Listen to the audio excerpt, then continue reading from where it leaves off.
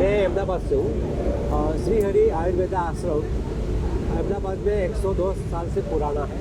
1920 में हमारा ये आश्रम मेरे दादाजी ने राजवैद्य कृष्ण प्रसाद दवे, वैद्यराज बिहारलाल दवे मेरे पिताजी और मेरा नाम डॉक्टर समीर बी दवे, हम 3 पीढ़ियों से वहाँ काम कर रहे हैं। मेरे दादाजी ने 102 साल पहले आयुर्वेदिक आश्रम की स्थापना कर्नाटक बेलगांव में की थी। वहाँ 40 साल काम करने के बाद वो अहमदाबाद में आए और 60 साल से हम अहमदाबाद में हमारे ये 2 जगह पर, एक मोटेरा साबरमती में है और दूसरा पालडी में है। हम 102 साल से ये आयुर्वेदिक में काम करते हैं। मेरे दादाजी ने infertility, cancer, diabetes, skin, thyroid, BP और वेद वृद्धि में काम किया। मेरे पिताजी ने भी उस पर काम किया और मैंने उसका अभी जो मॉडर्नाइजेशन हो रहा है इसी हिसाब से मैंने भी उसमें काम कर रहा हूँ। ज़्यादातर मैं इनफर्टिलिटी और कैंसर में ज़्यादा काम करता हूँ। अभी मेरे दादाजी ने बताया था कि सांडू का आसोवरिश सांडू का ही लेना है, कहीं कोई कंपनी आ जाए। आज भी मेरे क्लिनिक में, मेरे हॉस्पिटल के अंदर सांडू का आसोवरिश मिलेगा।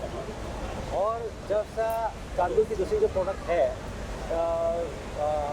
डाडिमा ओले है, मादी फल रसायन है और हुपिन है, वासा ओले है, गुलकंद जो है वो मैं ज़्यादा यूज़ करता हूँ। और सबसे अभी जो लेटेस्ट में जो मकर प्रास जो आया हुआ है, तो मकर प्रास में एज ए टॉनिक भी यूज़ करता हूँ, इनफर्टिलिटी में भी यूज़ करता हूँ। और अभी मकर प्रास का सीजन भी है कि हर ऋतु में मकर प्रास का यूज़ करता हूँ। तो ये आयुर्वेदिक में पिताजी के पास पहले लोग चूर्ण और वटी गुटी की अपेक्षा करते थे। उसके बाद जैसे मेरे दादाजी यूज़ करते थे तो ओनली पाउडर चूर्ण आसोवरिश यूज़ करते थे। अभी सब टेबलेट और कैप्सूल भी आया है। लेकिन कई बार लोग ऐसे बोलते हैं हमारे, और मेरे पेशेंट जैन लोग ज़्यादा है अहमदाबाद में, तो वो कैप्सूल जो फॉर्म में दवा मेडिसिन मिलती है तो वो बोलते हैं कि भाई कैप्सूल जो है नॉनवेज प्रोडक्ट है, उसको मत यूज़ कीजिए।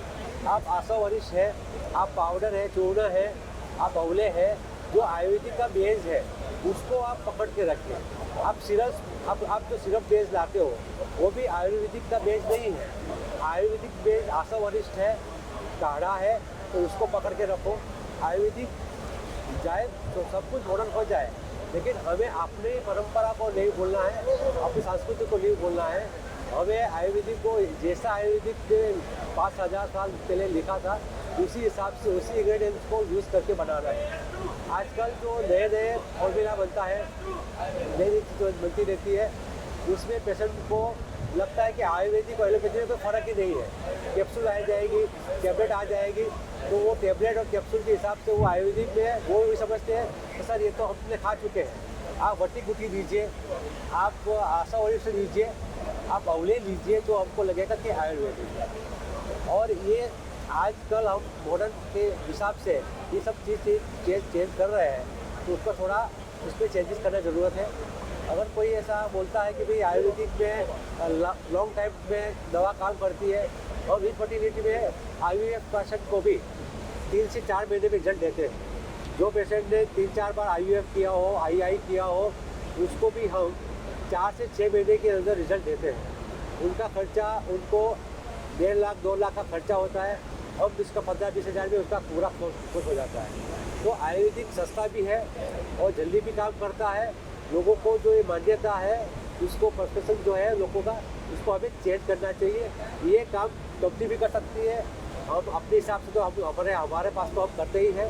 तो ये जो चीज़ है, और ऐसे ही आजकल एस्टेट फॉर्म में सब दवा बनने लगी है, तो रिजल्ट उससे भी अच्छे मिलते हैं। तो हमें उसमें भी रिसर्च करना चाहिए, सारी कंपनियों को मिल के एक रिसर्च फॉर्म बनाना चाहिए।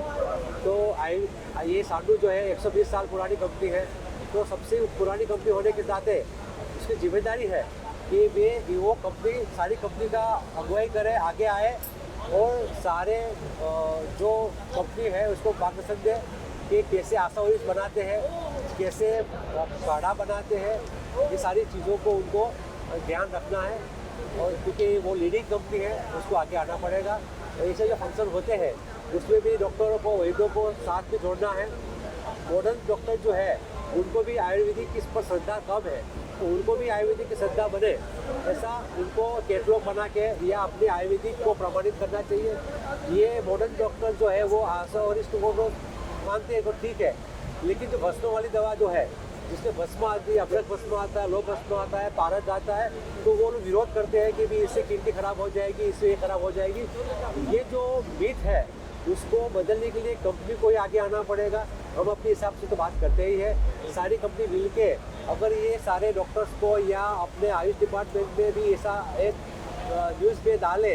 अभी टाइम्स ऑफ इंडिया के अंदर भी आया था कि भी ये आयुर्वेदिक मेडिसिन के अंदर मेटल आती है, मेटल नहीं ये भस्म है। भस्म क्या चीज़ है, भस्म का रोल क्या है, ये आजकल कोई बताता नहीं है। डॉक्टर पे आता है, हमारे पास दवा लेने आते हैं, फॉरेन से पेशेंट आते हैं, वो बोले साहब मुझे भस्म वाले दवा मत दीजिए, हमारे वहाँ नहीं चलती है।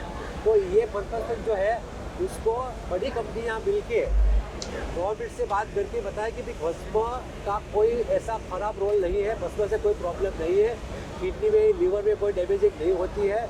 ये जो काम है वो बड़ी कंपनियों को, साथ में कंपनियों को आगे आना पड़ेगा। जो हमें दिक्कत हो रही है कि हमारी फॉरेन में दवा नहीं जा रही है, तो ये फॉरेन आपकी भी दवा शायद नहीं जाती होगी, तो पेशेंट लेने में दिखाते हैं, वो बोले कि इसमें पारा है, इसमें लो है, अभ्रक भस्म है, तो वो किडनी को डैमेज करेगी, इसमें लेड है। तो हम बोलता है इसमें कोई ऐसी प्रॉब्लम है ही नहीं, लेकिन लोग समझने तैयार नहीं है। टाइम्स ऑफ इंडिया या बड़ा कोई न्यूज़पेपर है वो लिख के दे देता है कि इसमें यह है, तो लोग मान लेते हैं। तो ये बड़ी कंपनी को सोचना पड़ेगा कि हमें किस तरह जो है न्यूज़पेपर वाले को या गवर्नमेंट को समझाना है कि भस्म एक अलग चीज़ है। योग वाहिनी भी काम करता है, हम आज भी भस्म का यूज़ करते हैं। बच्चों को कोई भस्म, ये त्रिभुवन कीर्ति रस जो है, लक्ष्मी विलास रस जो है, वो बच्चों के लिए सबसे अच्छी दवा है। लेकिन लोग क्या समझते हैं कि ये दवा देने से बच्चों को नुकसान करेगी, इसमें भस्म आ गया, इसमें ये आ गया। तो ये बड़ी कंपनी को समझ के एक साथ मिल के विरोध करना चाहिए और अपनी मेडिसिन को बाजार में रखने के लिए वो लोग बोलते कि सिर्फ हर्बल दो, हर्बल के साथ हमें रसायन की जरूरत पड़ेगी। अगर आयुर्वेदिक में सबसे जल्दी काम करना है, इफेक्ट लानी है, तो इसमें भस्म की दवा, रस रसायन की जरूरत पड़ेगी। तो मेरा कंपनी से अनुरोध है कि ये आपको करना पड़ेगा। जय यश टू आयुर्वेदा। Thank you.